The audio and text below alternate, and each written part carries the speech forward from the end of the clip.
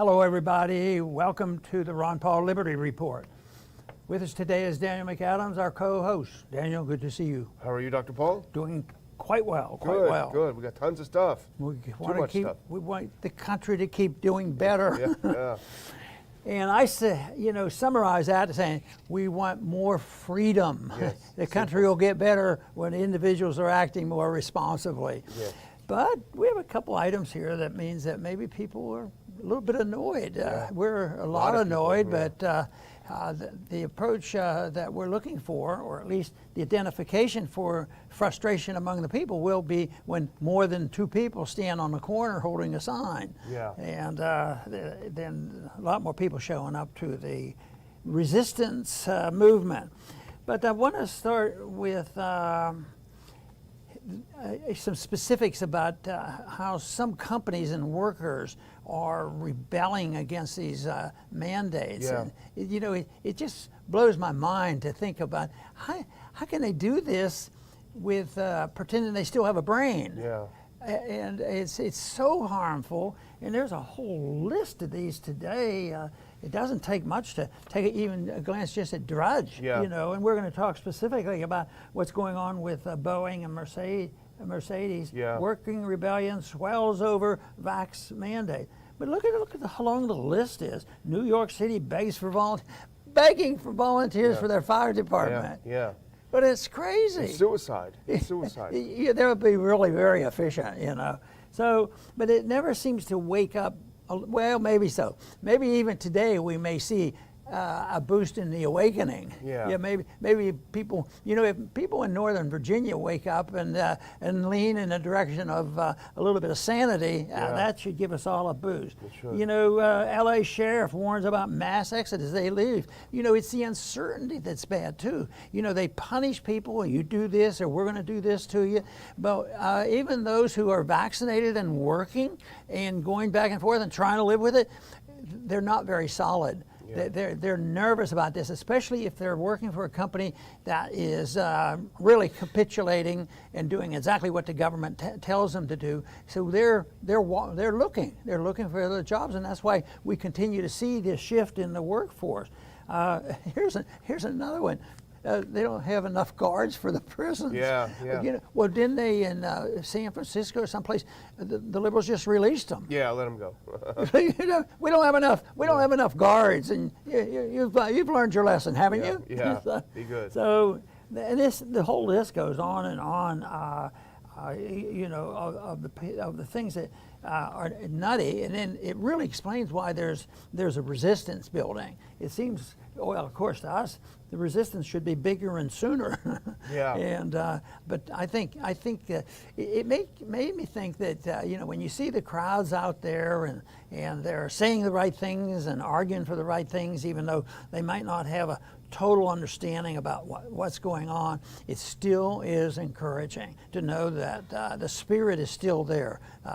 Even the people who have become dependent on government, I think more and more people will say, I don't trust the government. That's eventually how socialism and communism failed. Yeah. There was they knew the government would never produce, and I think we might be approaching this. It's never going to be the same as the way communism collapsed, but this whole system can end up collapsing by just more and more resistance. But there were a few specifics here that you might comment on. The insight from Boeing and Mercedes, a U.S. worker rebellion swells over the vaccine mandates. Yeah. They're sick and tired of that, and all the controls. And now they're starting also to see the contradiction that maybe the masks weren't the right thing to do. Do the kids really need things to do? Why didn't they give vaccines earlier to the elderly? It just keeps on and on.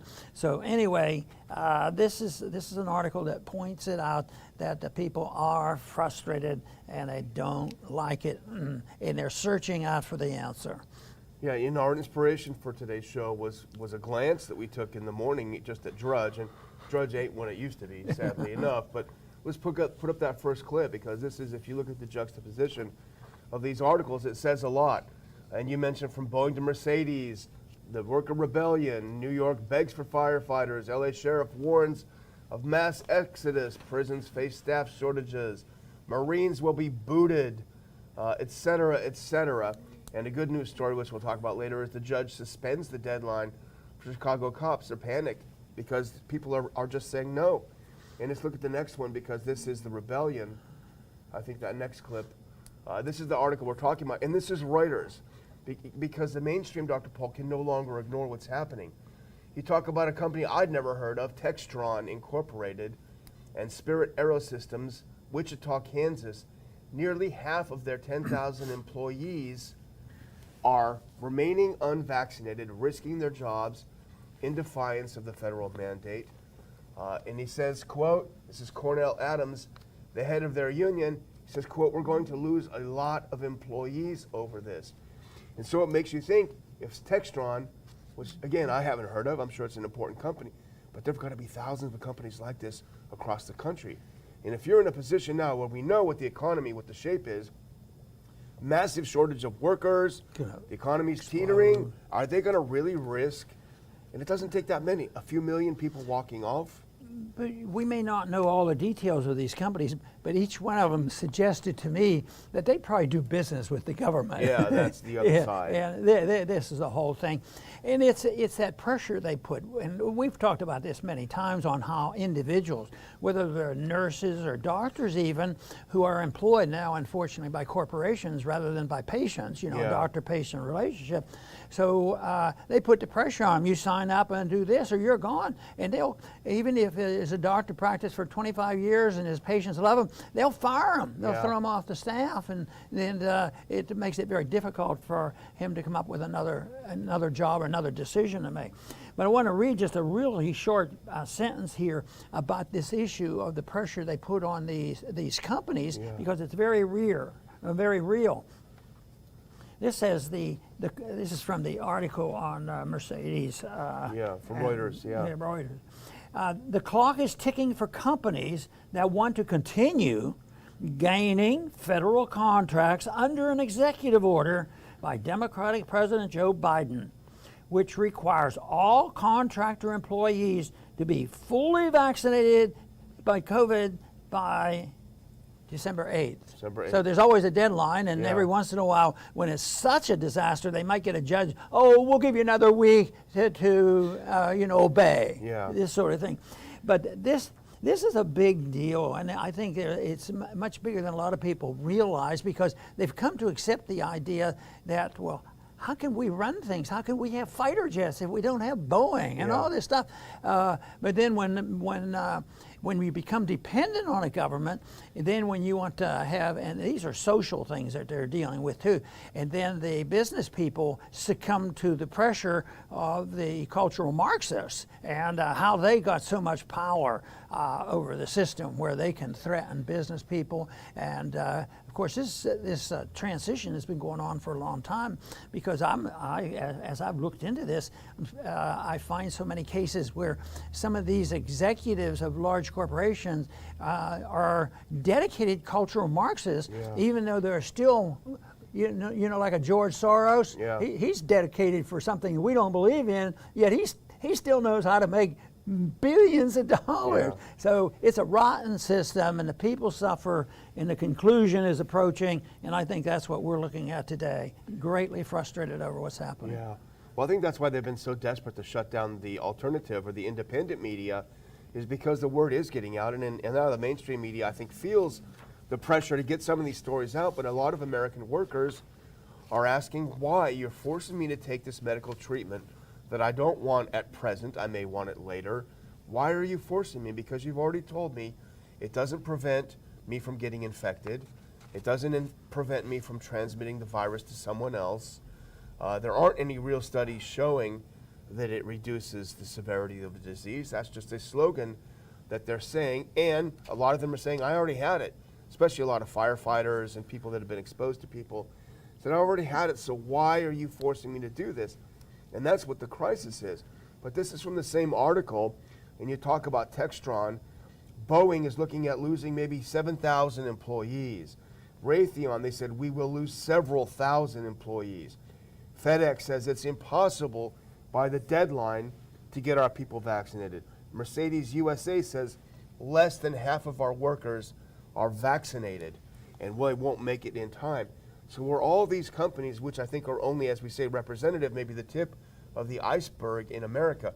Are we going to see thousands of businesses shed a third of their employees in an economic situation like we have today?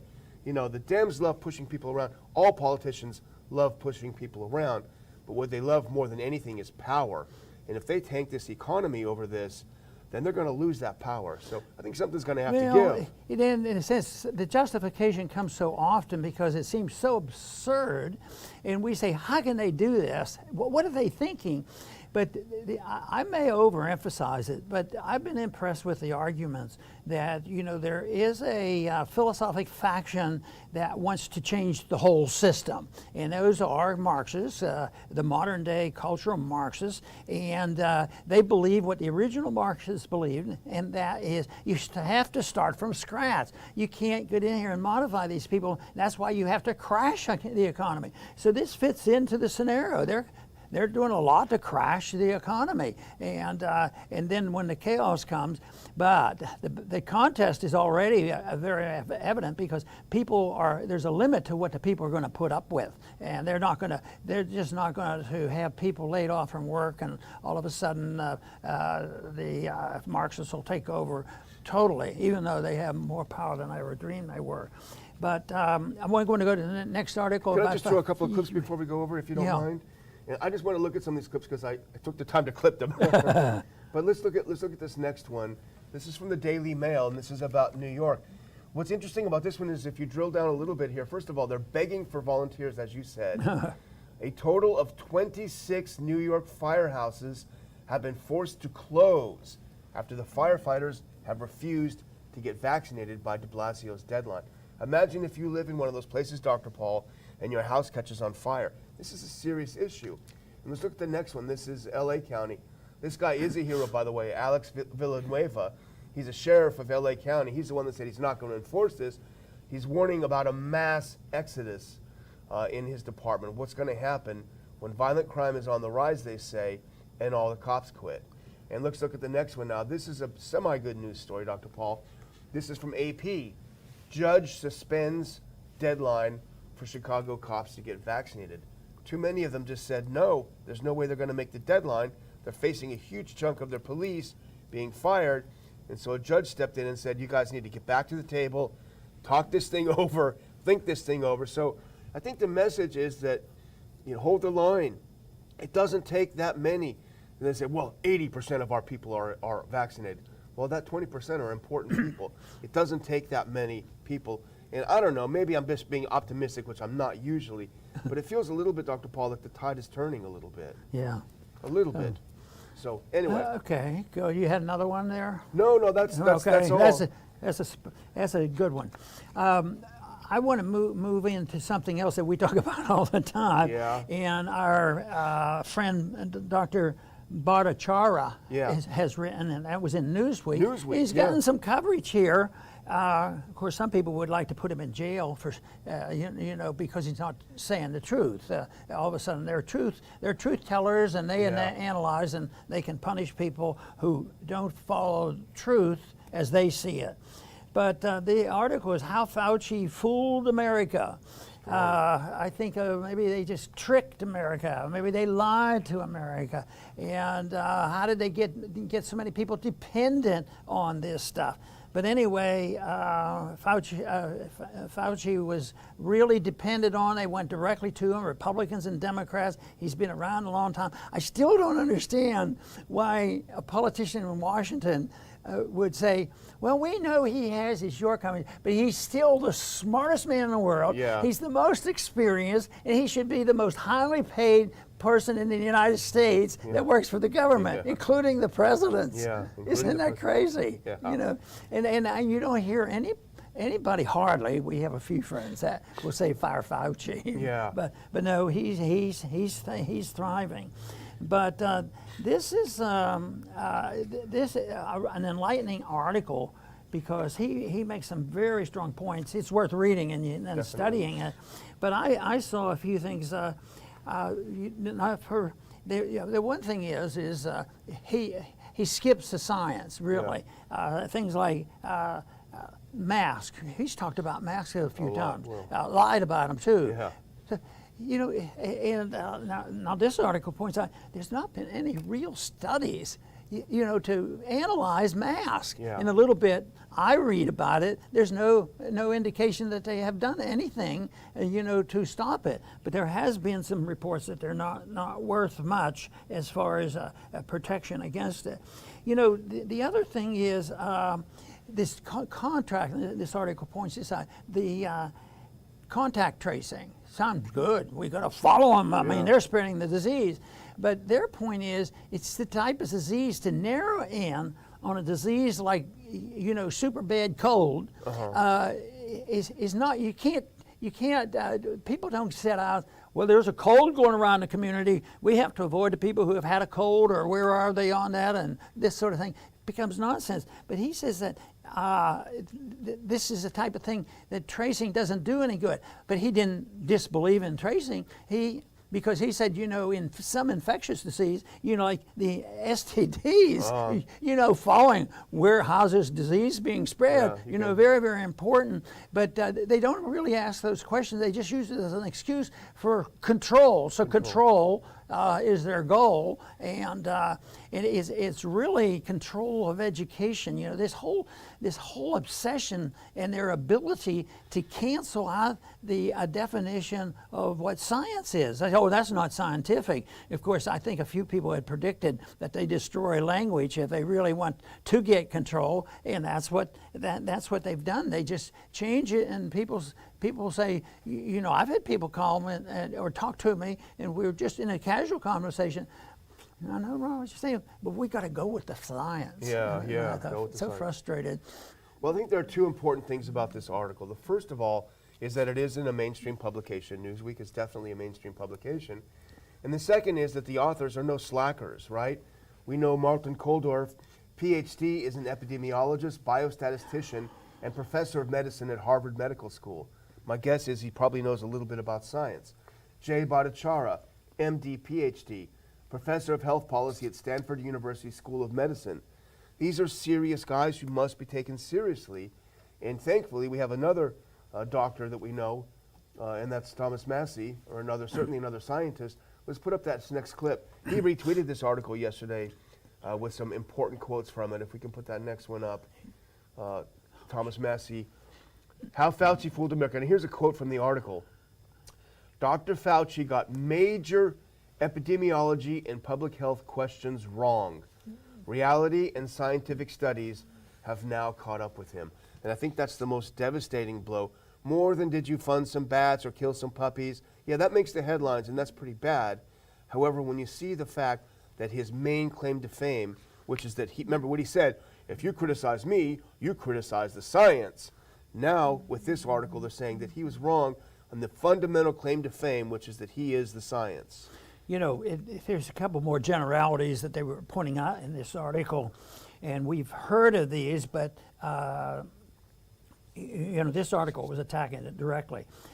One thing they accuse Fauci of is he totally ignores natural immunity, and it's probably even worse than just ignoring it. They diminish anybody. You're not. It's wrong to even think about it. You know, you've committed some type of crime. They probably couldn't get into medical school if they say, "Oh yeah, I'm a strong believer in natural immunity." At the rate things are going.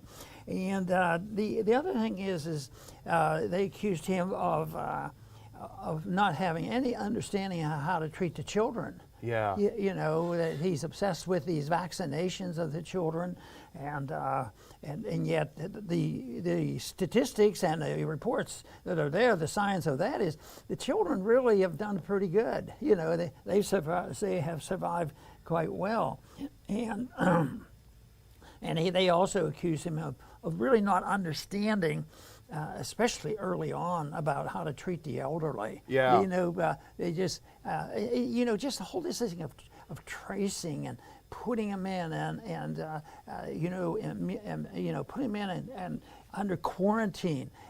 It just hasn't added up.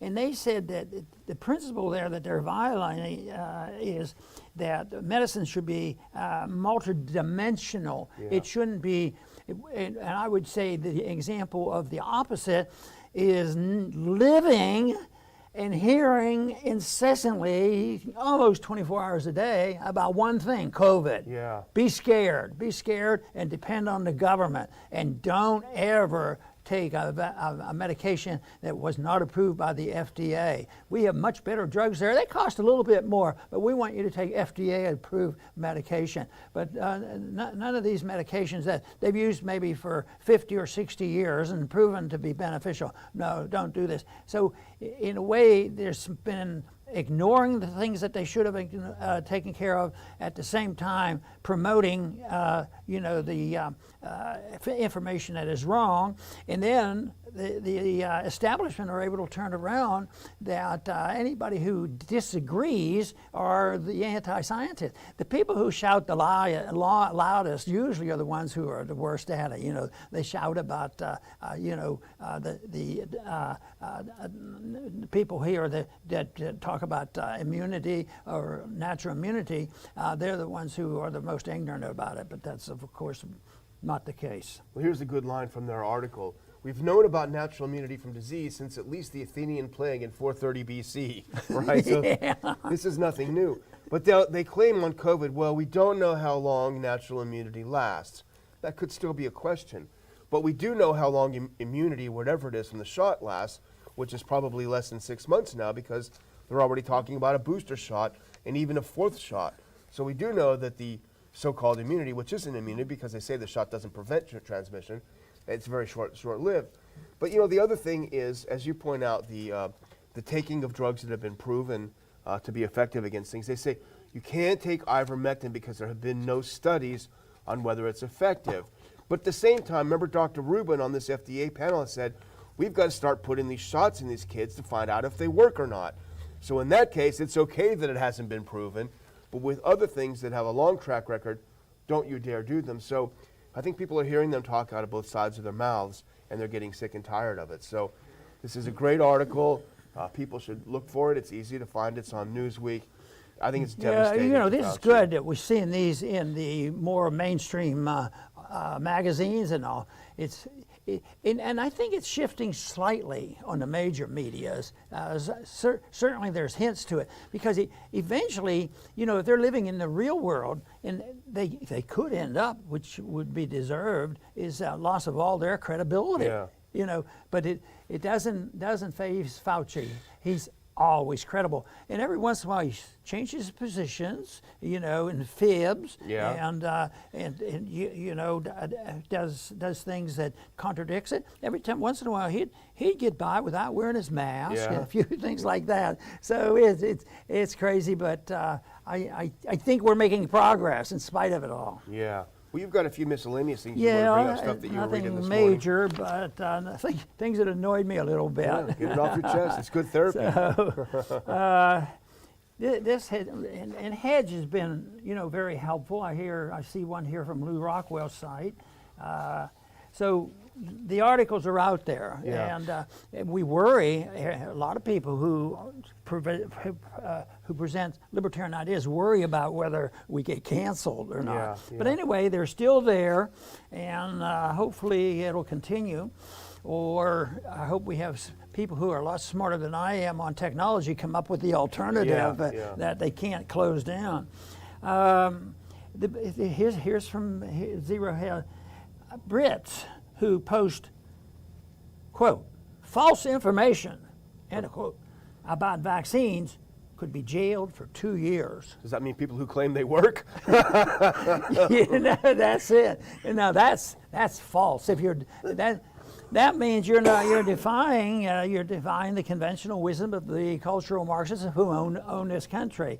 And but the big question I wrote to myself here is who decides? Who decides all this about false information? And this is a free speech movement. This whole idea, we can go back, and people have, the good libertarians have gone back and show examples of what they did in our early history, in our presidential races. They were pretty pretty rough in accusing others, and nobody was starting to cry about, oh, he said that, he shouldn't say that, that's violent, you know, and that stuff, and try to undermine a person. Okay, here's one. This is from Lou's site.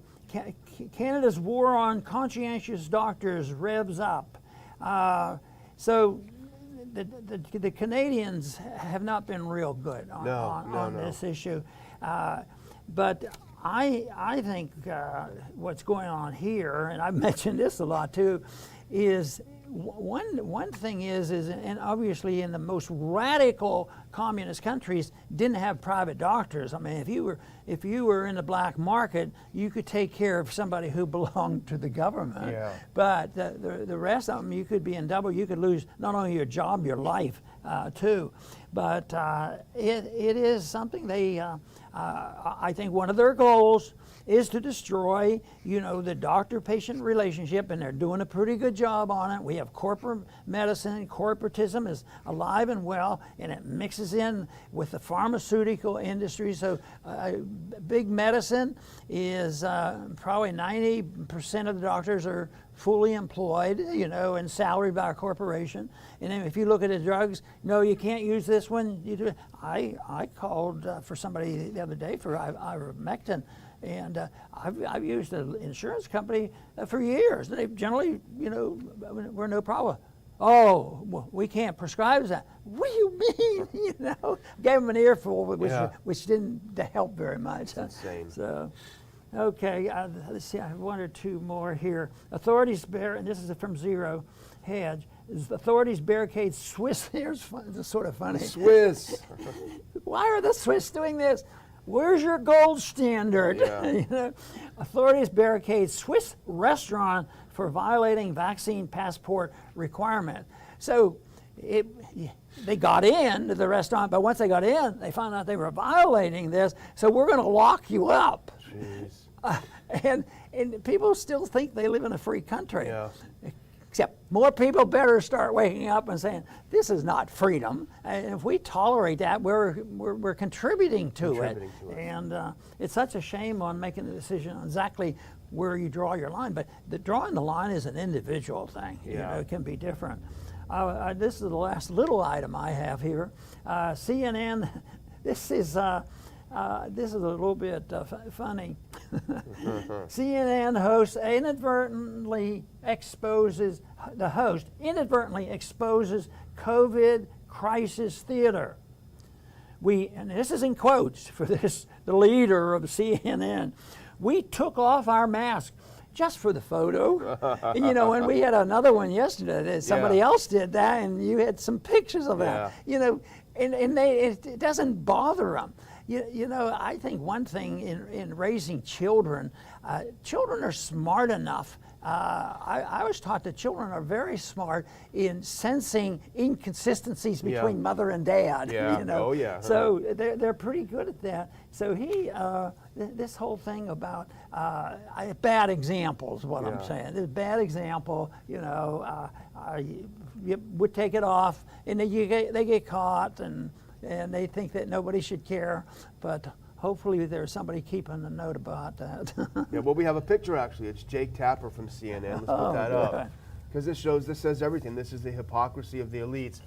Time for the lead CNN bake-off. And everyone's standing there very close to each other without their masks on.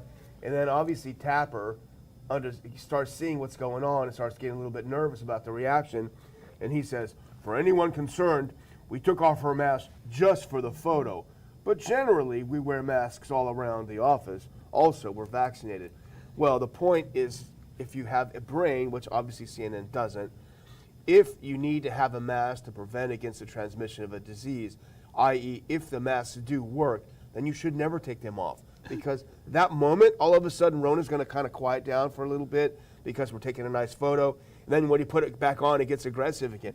Come on, this is ridiculous. You can't expect us to believe this. Especially when someday there's going to be a lot more people wake up and say, you mean we were doing all that and there was never any proof that it was worth anything? Yeah. And there's not much that they did during this lockdown period that had any real benefit, and for the most part, it may well have caused a lot of harm, because I witnessed it personally, how the kids were harmed. The kids got pretty upset with it. They're not used to wearing this mask all the time. So go ahead. Well, I'm done. I just want to thank our viewers again for watching the show, and we try to delve into these issues, and sometimes we feel up and sometimes we feel down. But I think today overall is a good day when you talk about it doesn't take a lot of people. Stand your ground. And there are a lot of places. What about Florida, where he said, hey, if you get fired from the police, come down here. I'll give you $5,000 to come down here and be a cop down here. There's probably worse places. They got nice beaches and a good governor for now at least. So anyway, thank you for watching the show, and I hope you'll continue watching us on the Liberty Report. Very good. And I think what Daniel mentions is good that we have it, and it was argued for, although it's been weakened a lot since our founding, and that is the principle of states being separate and operating where there would be competition. But they really do get messed up when it comes to having free trade among the states, because they believed in that. They believed that you should be able to travel from one state to the next, and that the Constitution was there to make sure that you were allowed to do this. But it's been used. It's been used. The Interstate Commerce Clause has been used to regulate it and restrict it, and they do that all the time. And that technique is going to be used if they try to get even more ruthless with even this medical care. But no, the Constitution meant that we should be able to do exactly what some people are doing, that if you're sick and tired of California, you might try another state. They're taking your money. I don't think it's a very good investment, so why don't you go someplace else? If there's a really, really neat state, the only thing I'd advise about that is keep it quiet. Keep it a secret, because we believe they should be allowed to come in. So I want to thank all our viewers for tuning in today to the Liberty Report. Please come back soon.